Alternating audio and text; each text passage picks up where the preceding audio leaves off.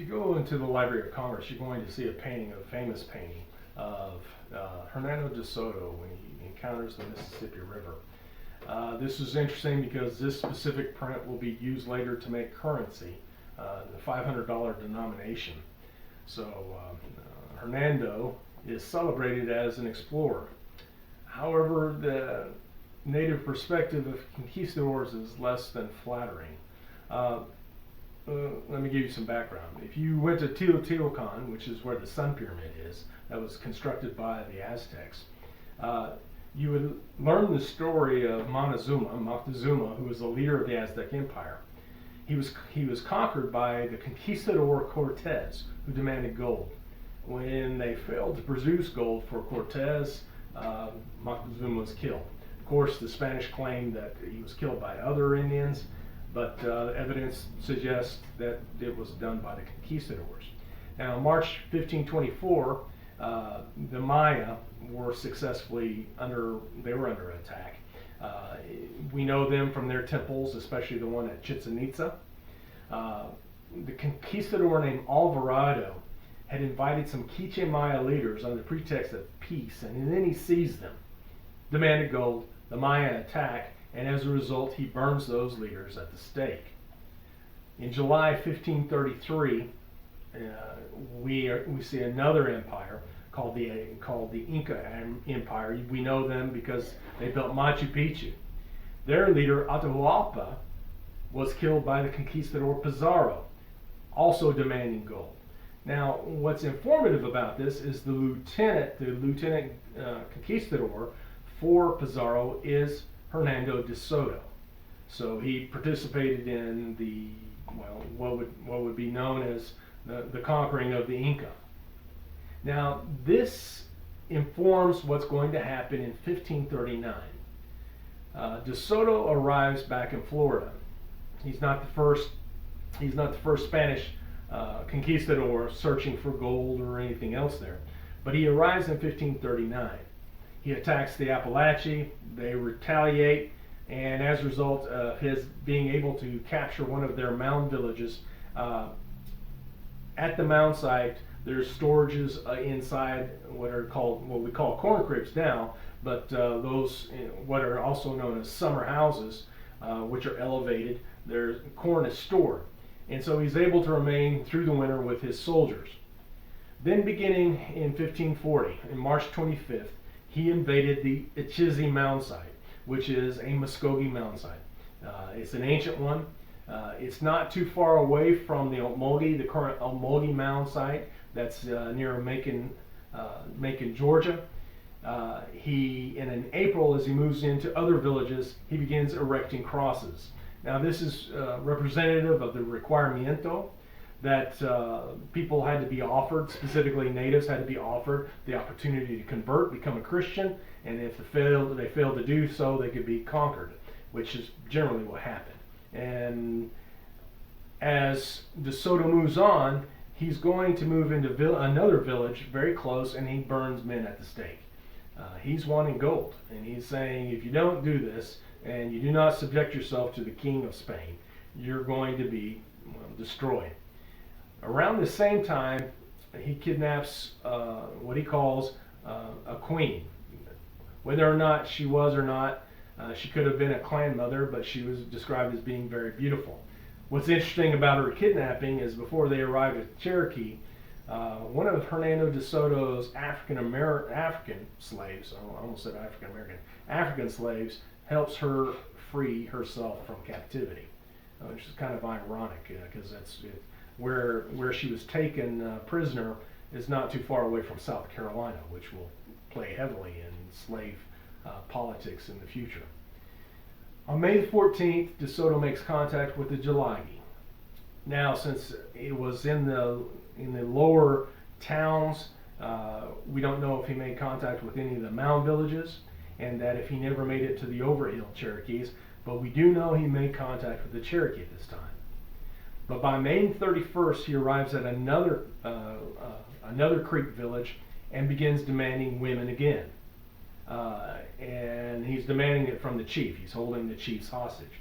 So what he's doing is the same process that they did in Mexico against the Aztec and the Maya, and what they did against the Inca, which is you seize the leader of that village, you demand specific gold hostages, and as a matter of fact, he demanded people to carry his baggages, where they captured pearls from some of those communities. But on July 16th, he took another chief in chains and demands women. Now what's interesting about that is it was from a community, a mound village that was known as Kusa. Now this is interesting because there's one of their sister tribal towns south of them is Tullamajazi. How that is impactful in Oklahoma is the Tullamajazi still have an active ceremonial ground, only it's here now in Oklahoma. So the connection between DeSoto's contact and modern tribes is still ongoing. On September the 17th, he kidnaps a man known as Tuscaloosa. This king is probably from a red town. We know this because he is described as a war chief. And specifically, when he is taken prisoner, he allows himself to be taken prisoner. The reason that's informative is because when they arrive on October the 18th at a mound village called Mabilla, he and his warriors make a desperate 8-hour stand against Hernando de Soto's men, killing 82 of the conquistadors who were in full body armor. Now, I need to remind you that conquistadors had guns, which were small cannons, and they also had armor. So after 8 hours, they were able to destroy the 2,000 Choctaw soldiers or warriors who were defending Mabilla. And I have a theory on that I can come back to. While this is going on at the same time in 1540, another conquistador begins attacking the Zuni Pueblos, and the other Pueblos.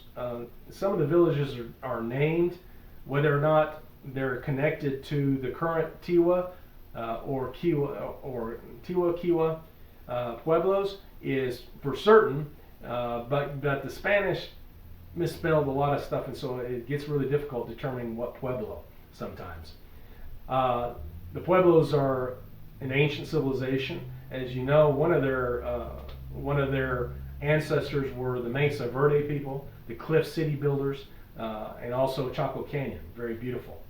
Now, the record we have about Coronado is that he took a force of 300 conquistadors. He was searching for the 7 cities of Cibola, the cities of gold. When he contacted the Zuni Pueblo, he was demanding gold. And so as a result, they overrun that specific Zuni Pueblo. He moved his camp up the Rio Grande River, and they confiscated another pueblo. During this time, one of his Spanish officers